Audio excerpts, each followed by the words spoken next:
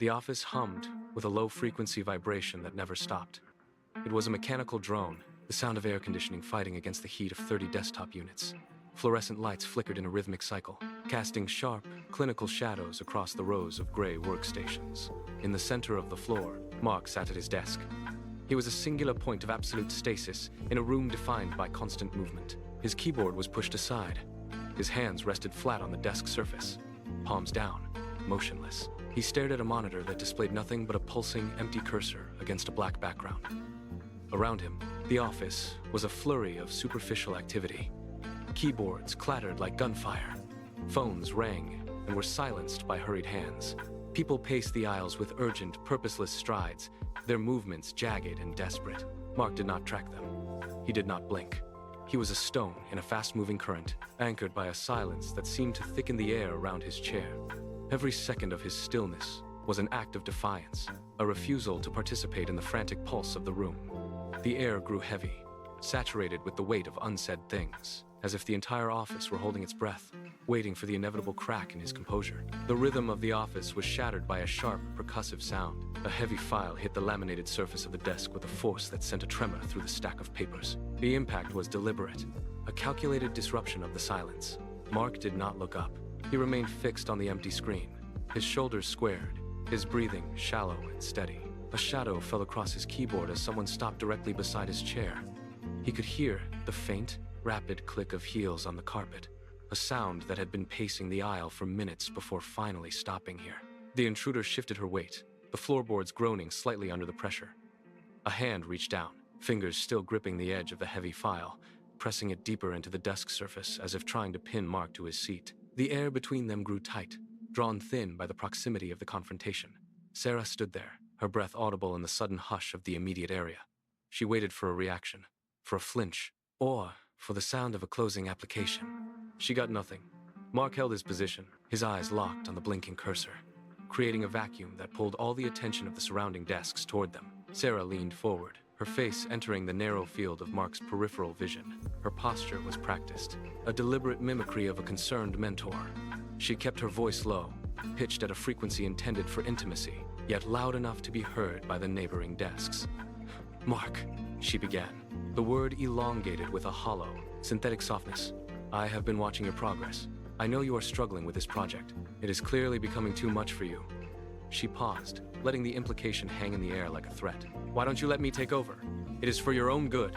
She tilted her head, her eyes wide, searching his face for any flicker of distress, any sign that his mask was slipping. She kept her hand resting on the file, her knuckles white against the dark paper, waiting for him to justify his work or defend his competence. She was selling a narrative of failure, framing her intrusion as a rescue mission. She waited for the crack, for the moment he would finally look up, for the word that would reveal his weakness. The air around the desk felt stagnant, held in place by the weight of her manufactured empathy. She adjusted her grip on the file, ready to push if he gave even the slightest opening. The silence that followed her offer was not empty. It was heavy, a physical weight that settled over the desk and pressed against the surrounding air. Mark did not move. He did not blink. His hands remained resting on the edge of the desk, fingers splayed, unmoving as stone. Beside him, Sarah stood motionless, but the stillness was different. Her posture began to fray. She kept her gaze fixed on him, searching for a twitch, a breath, any signal that he had heard her. The seconds ticked by, measured only by the rhythmic hum of the office ventilation system. Mark kept his eyes locked on the monitor, his focus absolute. He was a wall, and Sarah was beginning to realize she was hitting it. She shifted her weight from her left foot to her right, a sharp, sudden movement that broke the frozen tableau. Her smile, once fixed and practiced, began to waver at the corners. She cleared her throat, a dry, jagged sound that drew eyes from the nearby workstations. She looked down at the file, then back at the back of his head, her eyes darting with sudden, sharp uncertainty.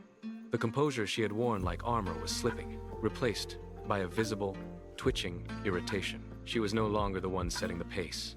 The vacuum of his silence was pulling the control right out of her hands. Mark finally broke the stillness. He did not rush. He pivoted his chair with agonizing slowness, interlocking his fingers, and looked directly into her eye, the metal frame emitting a faint, rhythmic creak that sounded like a gunshot in the quiet office. He did not look annoyed. He did not look defensive. He looked at her with the clinical detachment of a scientist, observing a specimen under a glass slide. He waited until her eyes faltered, until she looked away for a split second to steady her own breathing. Then he spoke. His voice was flat, devoid of any inflection, perfectly mirroring the hollow tone she had used moments before. "That is an interesting observation, Sarah," he said, the words measured and cold. He paused. He did not offer a justification for his work. He did not offer a rebuttal to her claims. He simply held the question in the air between them like a blade. Sarah blinked, her mouth opening, then closing, as the weight of her own unsolicited interference was suddenly turned back upon her. She had come to take control, but as Mark held her gaze, she found herself searching for a way out of the conversation she had initiated. Sarah stiffened. She gripped the edge of the file, her knuckles turning white as she fought to reclaim the narrative. "I am just looking out for the team," she insisted, her voice rising an octave, betraying the very composure she sought to maintain. She waited for a nod, a sign of mutual understanding, or even a flicker of frustration from him. She needed him to acknowledge her authority. Mark gave her nothing. He offered no apology for his silence, no validation of her concern, and no anger to feed the conflict. He simply inclined his head, a single, slow, and rhythmic movement that felt final. He turned back to his monitor, the screen light reflecting in his eyes as he resumed his work, as if she had never been there. The air in the aisle grew thin. Sarah stood frozen, her hand still hovering near his desk, her face flushed with the sudden, sharp sting of irrelevance. She looked at the back of his head, searching for a reaction, but the space between them had become a chasm. Mark did not look up again. He did not provide the closing statement she needed to justify her retreat. He had successfully stripped the power from her intrusion, leaving her standing in the open office, exposed and visibly agitated, with nowhere to direct her frustration. Sarah pulled her hand back, as if the desk surface had turned to ice. She did not speak again. The silence she had tried to impose on Mark now pinned her to the spot. Her heels clicked against the linoleum floor, each step sharp and uneven as she turned to leave. She did not look back. She navigated the narrow path between rows of cubicles, her movements stiff, her breathing audible even over the hum of the ventilation. She reached the glass door of her office, pushed it open, and stepped inside, letting the door swing shut with a final, echoing thud. Outside, the office remained unchanged. Mark did not track her movement. He did not watch her leave. His focus remained anchored to the screen, his fingers resting lightly on the keyboard. The rhythmic tapping began again, steady and precise. He had not won an argument. He had dismantled the structure of the conflict itself. He adjusted his chair by a fraction of an inch, his posture relaxed, his gaze scanning the data with the same indifference he had shown moments ago. The tension that had defined the aisle for the last 10 minutes evaporated. He was the only one in the room who had moved on, leaving the space behind him perfectly still, perfectly quiet, and entirely under his control. The afternoon sun dipped lower, casting long, sharp shadows across the carpeted floor. The office had returned to its standard, monotonous hum, but the air around Mark's cubicle remained distinct, a zone of quiet that others seemed to avoid. He was deep into a spreadsheet when the rhythm of the room changed. The steady background noise of typing and muffled phone calls was broken by a new, deliberate sound. Footsteps approaching. They were hesitant, stopping just short of his chair. Mark did not turn. He kept his eyes on the screen, his hand resting motionless on his mouse.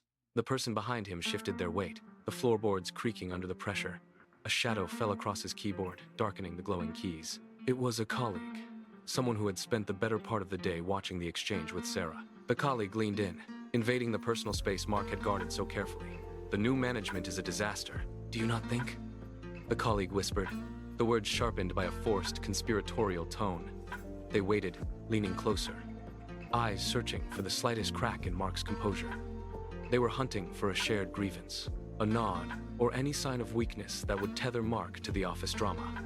Mark remained perfectly still, his profile carved out against the light, offering nothing but the silence of the room. The colleague stood motionless, eyes locked onto the back of Mark's head. They were searching for a flicker of recognition, a slight tilt of the chin, or even a sharp intake of breath. None came. The colleague adjusted their stance, shifting their weight from one foot to the other, the sound of their leather soles grinding against the carpet filling the small gap between them. They leaned further into the cubicle, invading the space with a sudden, restless energy.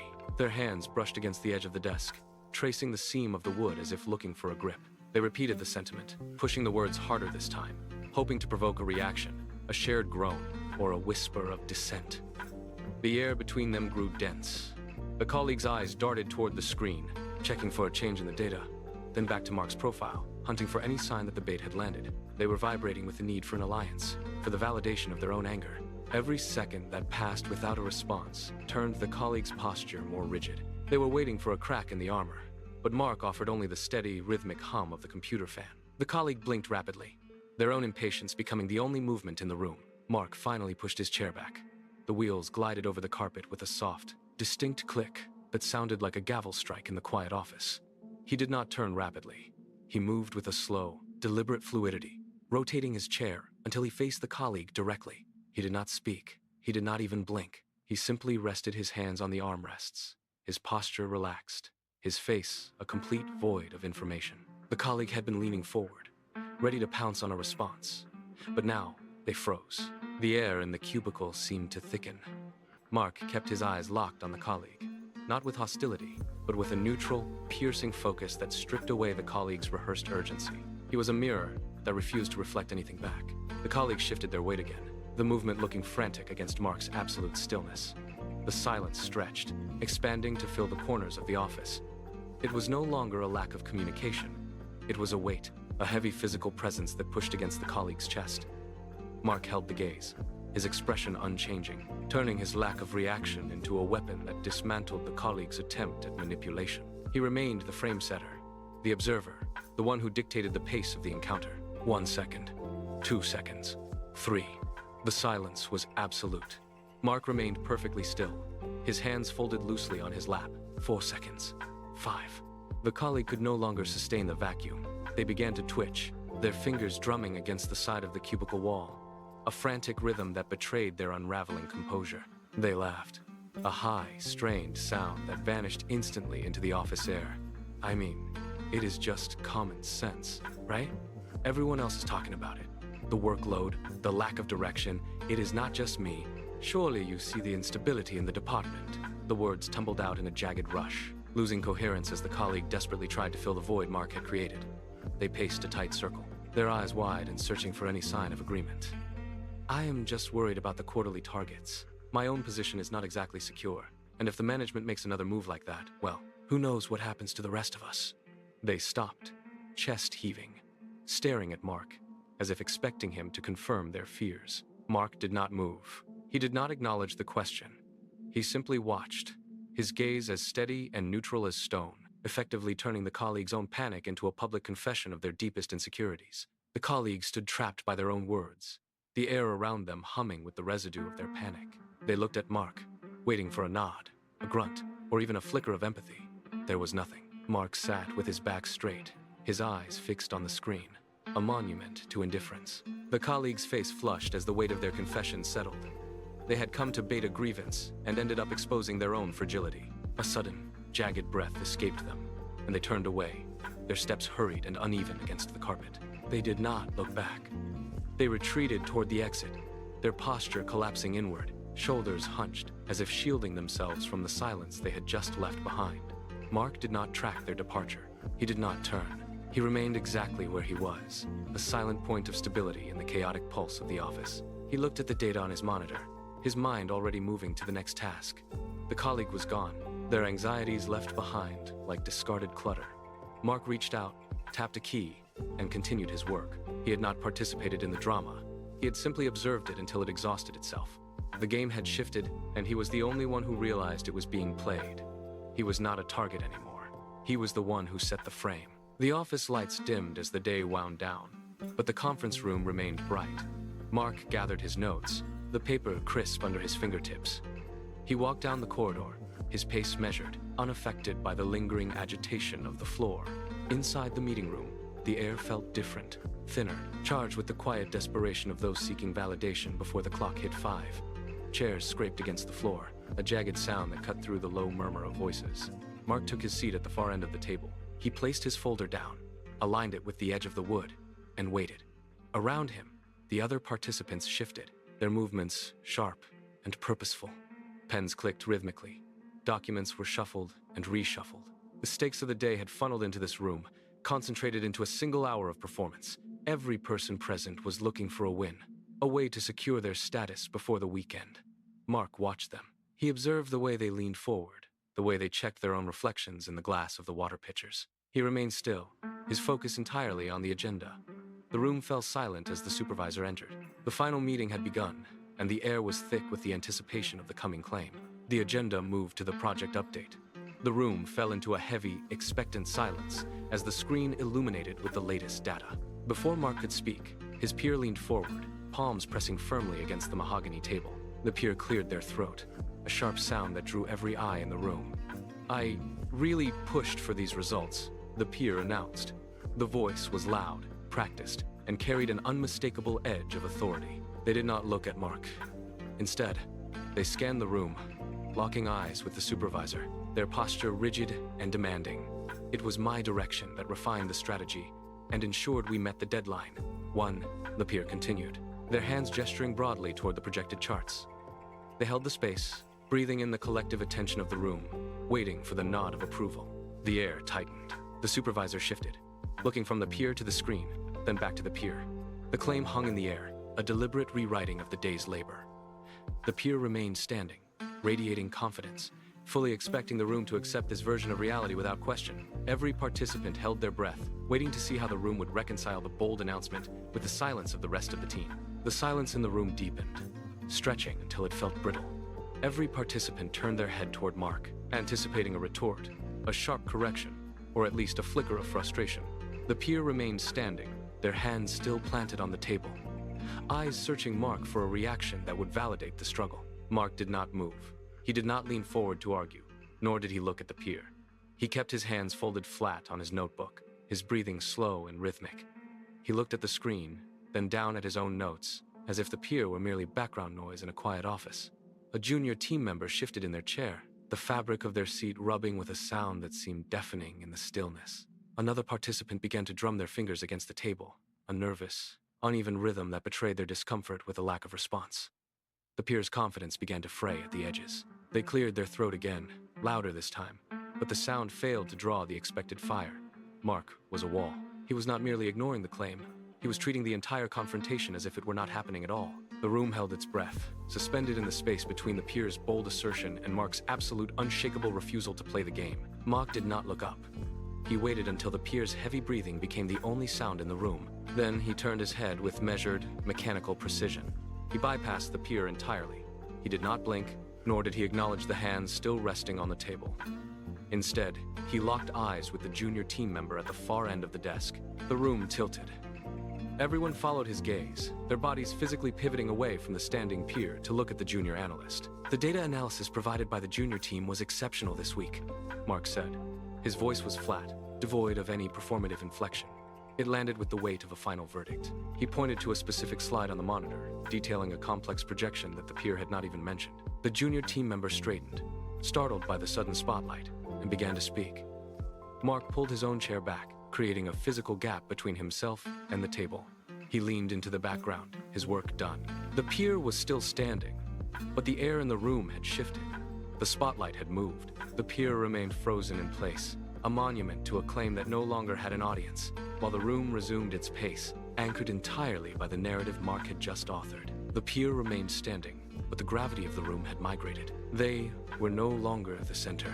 They were merely an obstruction in the path of the conversation. They opened their mouth to interject, then closed it, realizing the silence that greeted them was not one of anticipation, but of disinterest.